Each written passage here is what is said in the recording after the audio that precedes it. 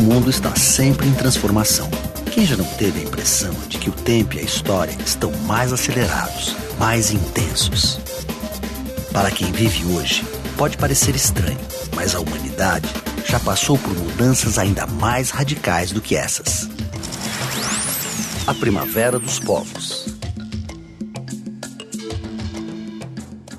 Europa, 1848. Como numa onda, movimentos revolucionários tomaram uma área que corresponderia hoje a 11 países. Nunca uma revolução se espalhou tão rápida e amplamente. Várias razões estão na origem desses movimentos que questionaram a ordem da sociedade europeia no século XIX.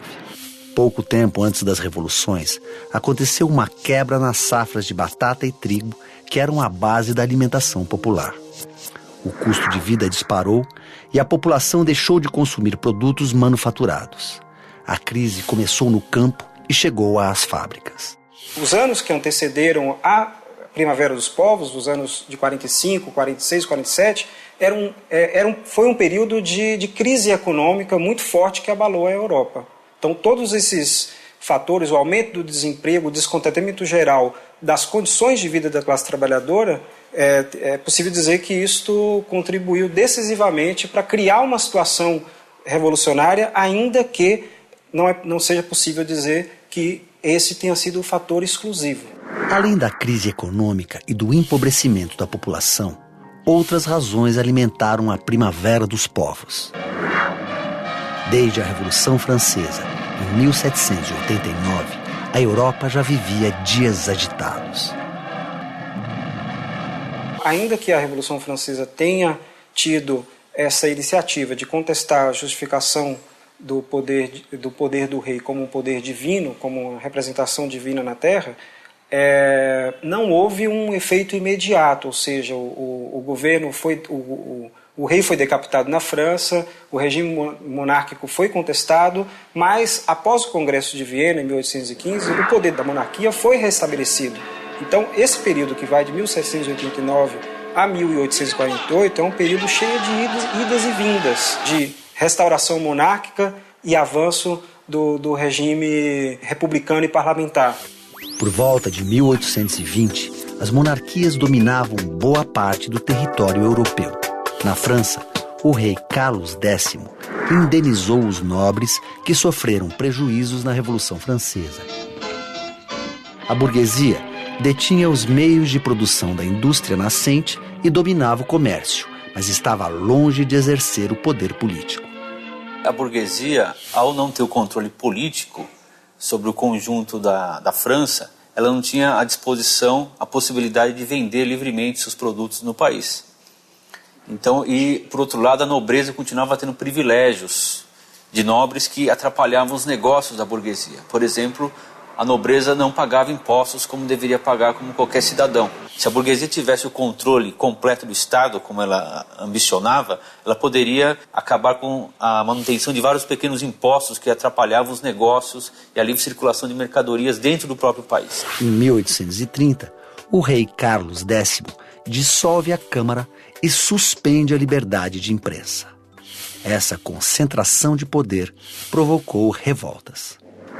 Liderados pela burguesia, os franceses enfrentam a monarquia de Carlos X durante 3 dias de lutas intensas. Os 3 dias gloriosos, como ficaram conhecidos. E venceram. A vitória de 1830 sobre o absolutismo foi imortalizada por uma pintura de Eugène Delacroix. Mesmo sendo um pintor reconhecido na época e membro da aristocracia, Delacroix assistiu aos combates de perto. Sua pintura retrata a liberdade como uma figura feminina que emerge vitoriosa das barricadas parisienses. Em uma carta para o irmão, o artista revela o significado deste trabalho. Se não pude lutar pela pátria, pelo menos posso pintar por ela. Em 1830, há o primeiro embate, uma primeira luta da burguesia por fazer o seu poderio ser representado no Estado. O rei, na época, Carlos X, ele inclusive teve que abdicar do trono e fugir, porque o resultado foi justamente que a burguesia conseguiu colocar um limite para aquele poderio absoluto, marcando, portanto, um primeiro momento chave na história da França pós-Revolução Francesa, onde a burguesia se vê novamente confrontada diretamente com a nobreza de origem monárquica. Pode-se dizer que 1830, de certa forma, é um prenúncio do que estava por vir. A queda do rei Carlos X não significou o fim da monarquia na França, mas limitou o poder político do novo rei.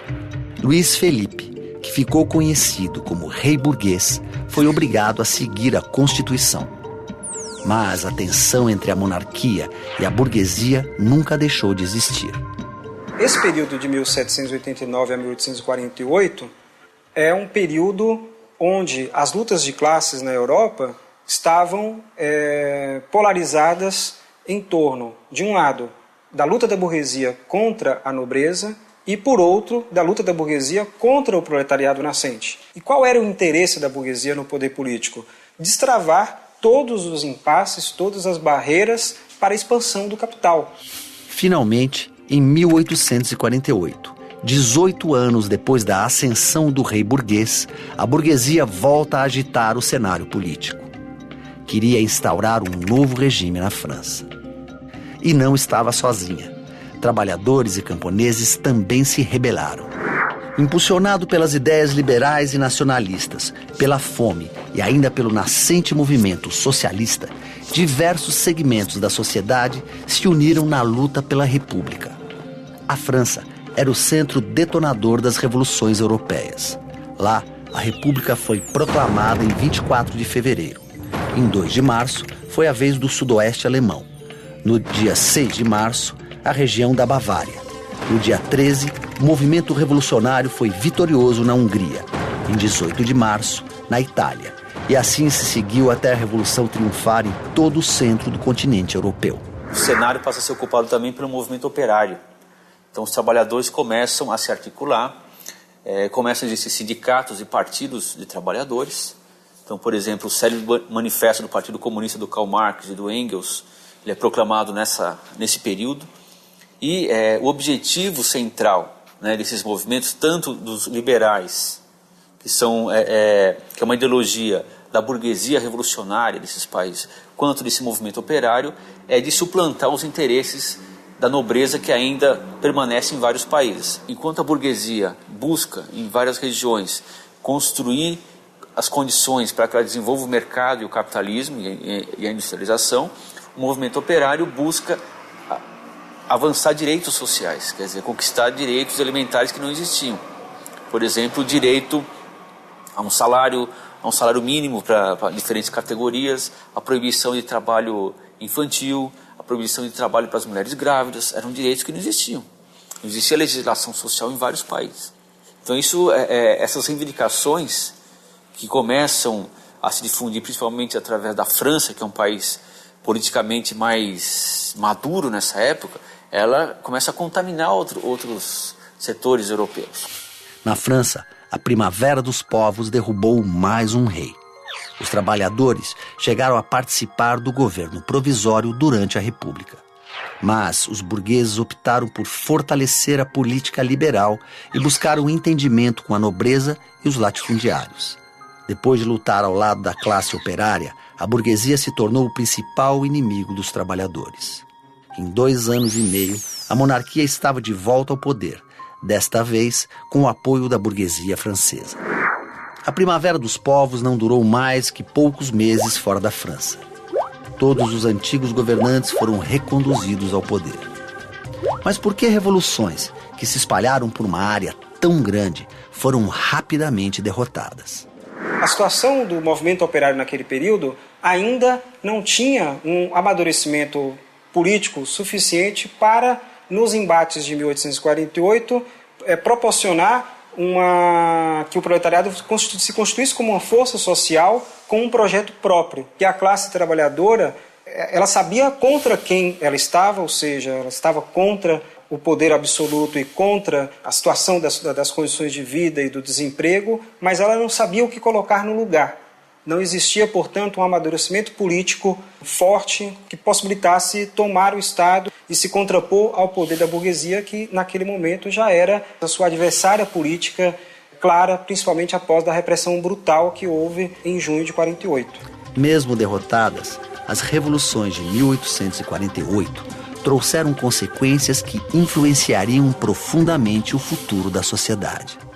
1848 tem um significado político bastante importante, que é o significado de mostrar que o início de uma contradição histórica, de um antagonismo de classe entre burguesia e proletariado, que se expressa até os dias de hoje. Então, embora o socialismo, chamado socialismo real, tenha sido derrubado em 1989, como a gente conhece com a derrocada da União Soviética, o embate entre burguesia e proletariado ele é presente até os dias de hoje. O conflito capital-trabalho ele segue tendo uma expressão nos locais de trabalho, nas relações de trabalho e na luta política ideológica, e esse embate é marcado pelo confronto entre capital e trabalho e, portanto, o confronto entre dois projetos de classe distintos. Em 2011, aconteceram vários movimentos revolucionários nos países árabes.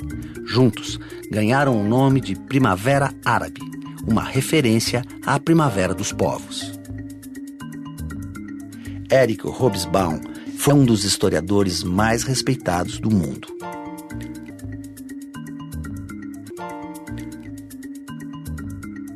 Para ele, a essência de 1848 ainda está viva na luta contra os governos ditatoriais. Foi uma grande alegria redescobrir que é possível que as pessoas saiam às ruas para se manifestar.